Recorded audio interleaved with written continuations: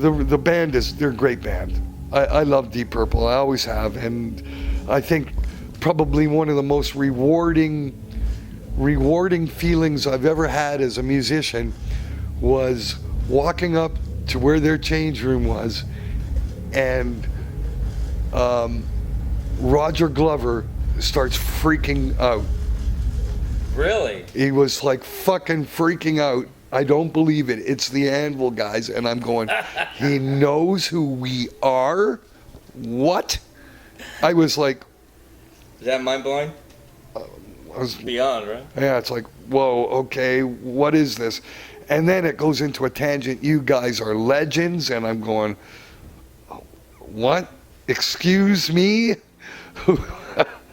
Really?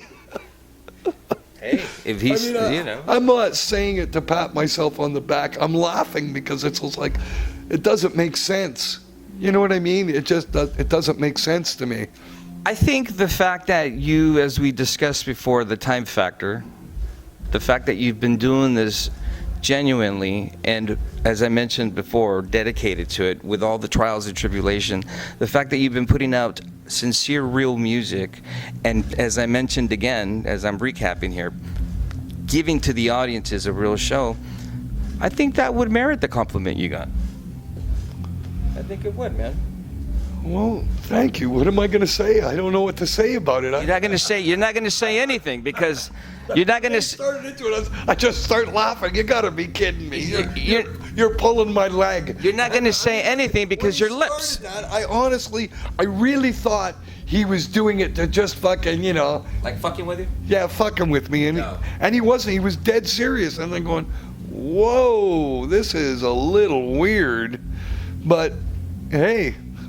What can I say? It's a reward, man. It's great. You've earned it. Let's talk about the new record. This is your 16th. Yes. How do you keep that creative energy and that Anvil trademark? It's easy. Smoke a joint, man, and your head's filled with music, and you just start creating. What is there to that? Do you find you know what? My job is to be a creator. And if I can't create, I got no right doing the job. Do you ever find yourself after you smoke that joint and you start the creative processes, do you ever find yourself being somewhat intimidated or pressured by your prior music? No, actually, I don't. How do you do that? I don't think about that. It's two separate things. That's done, this isn't. Two different things. I mean, it's like asking my dad when you intimidated by the last suit you just sewed. I couldn't imagine Max going, "What are you talking about? What's wrong with the new suit?" It's the same as the old one. Right. I'm using the same thread. It's a different style and a different color. It's a different song. It's a different melody. It's still made by me. Very well put. I mean, that's the way you look at it. That answered my question. I mean, that's really what it is. My father made all kinds of suits, all different styles, all different colors. I make all different kinds of songs. And it never changes. I mean, it changes, but it never changes, if you understand what I mean by that. You have a method of coming up with stuff, and you just do it. You don't really, and it's not something, you don't pre-mastermind it. None of it. It's all, the best work is spontaneous. Organic. Completely spontaneous. And in fact, we found on the last 3 albums that is actually the key. The real key to writing really great songs is not to overwork it. In other words, you get an idea, and in 15 minutes you better have the song. And if you don't, move on. Really? Yeah. Wow, that's interesting. And that's working. Because when you write a song quickly, you're writing from your subconscious. Right. And when you write from your subconscious, nothing is more powerful. Yeah, absolutely. Is that why this record has such intense energy? Because Not that it lacks from the prior one. I mean, but it's refreshing. It's just what was a little bit different in this particular case, which is it's not really a little difference, it's a big difference, is the bass player that we began writing with actually recorded the record. It's a rarity. With a little bit of the historical problems that we had, it had been a bit of an issue in the last 2-3 records that we had a bit of turmoil in the camp. Did you enjoy this stability in the recording process? Yeah, this time it was really, really, really good because, like I said, you go in completely prepared.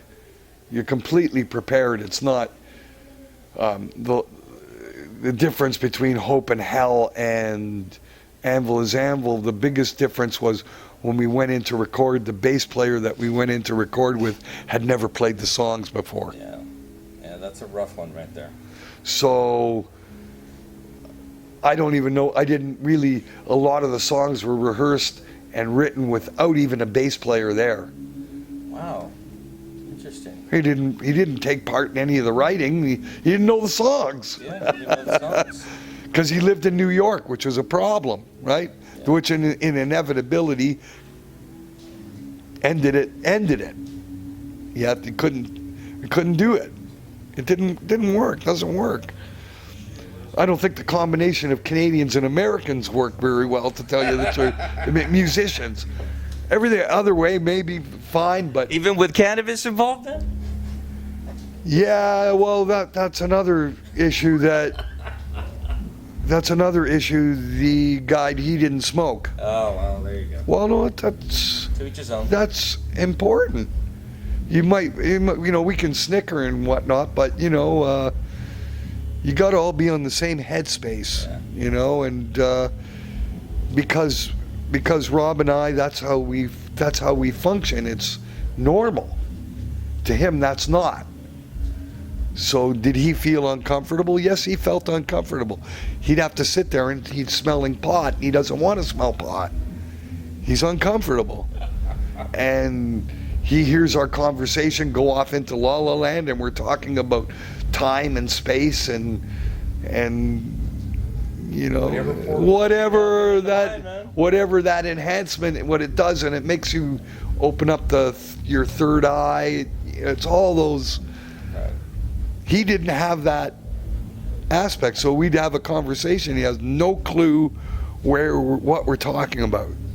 So it puts separation. It separates people. It just does. That was part of the issues with the guy that didn't fit. Plus, a very, very simple thing.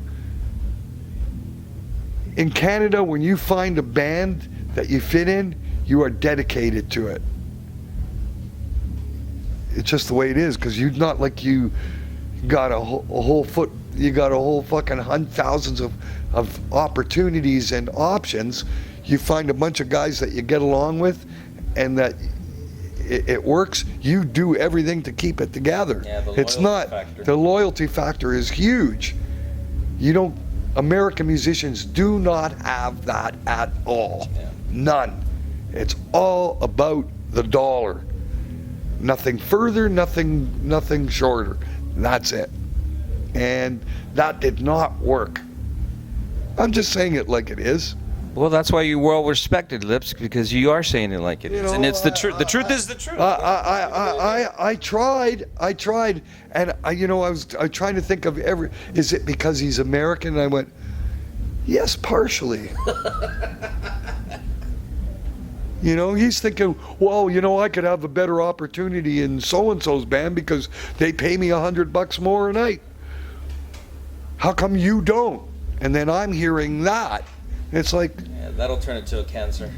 Yeah, it's like, Especially if you're trying to keep a certain energy, Yeah, it's like, and what am I getting for this? And what am I getting for that? And what... It's like, whoa... I think there was a big realization from my point of view. Here we hire a guy, and we go to do promo pictures, right? So we do promo pictures. Now he's in a picture with Anvil. Okay, fair enough. Yeah. That's the band, right? Yeah. So we have a bunch of course we got a fan club going, and we make packages. You sell a CD with a picture, with I don't know, guitar pick. All the fan swag that a fan would want. It's a package that Rob and I, our little company, paid to completely manufacture this stuff, pays for the person to administrate it, pays for the postage for it to go out, all this stuff, and then the guy goes, "Where's my money from the use of my image in that picture?" Oh wow! And I'm thinking, This ain't gonna work. how? What did you say? Like, that was my first. I was so dumbfounded by it. I'm going, well. Then the first thing that was crossed my mind was, shouldn't you be paying us? Well I'm put. making you famous. Don't you owe me something? I paid for the photographer to take the picture. I paid for the development. I paid for the manufacturing. I paid for the postage. I paid for everything. And you're going, where's my money for being in the picture? Okay. And I just went, you know what? Something's not right. Yeah, something's definitely not right, and that would explain why he's no longer here. Well, I mean, that's, I don't know. Maybe I'm not right. Maybe I'm using his image, and maybe he is and has a certain level of entitlement. But I think that it should be justified by the outcome. So in other words, by putting him in the picture, is that bringing more to the, am I going to sell more? And the answer to that question was abso-fucking-lutely not. No. Not only that, you really don't want. It wouldn't matter who the fuck it is, okay? But to have that brought to me was like, wow. Wake up. Ah.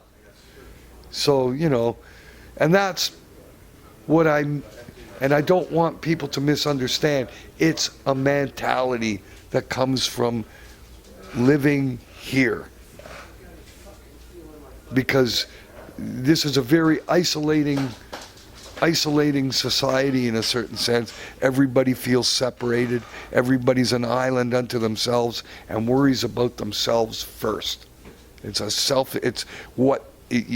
turned itself into a very selfish society. I would agree with that. And There's very little empathy, compassion. The stuff that's actually missing from, pardon me, American society.